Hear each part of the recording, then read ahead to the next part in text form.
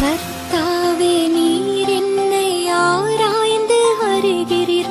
என் நினைவும் என் வழியும் உமக்கு மறைவாக இல்லையே. கர்த்தாவே நீர் என்னை ஆராய்ந்து அறிகிறீர். என் நினைவும் என் வழியும் உமக்கு மறைவாக இல்லையே. உம்முடைய ஆவிக்கு மறைவாய் எங்கே நான் போவேனோ?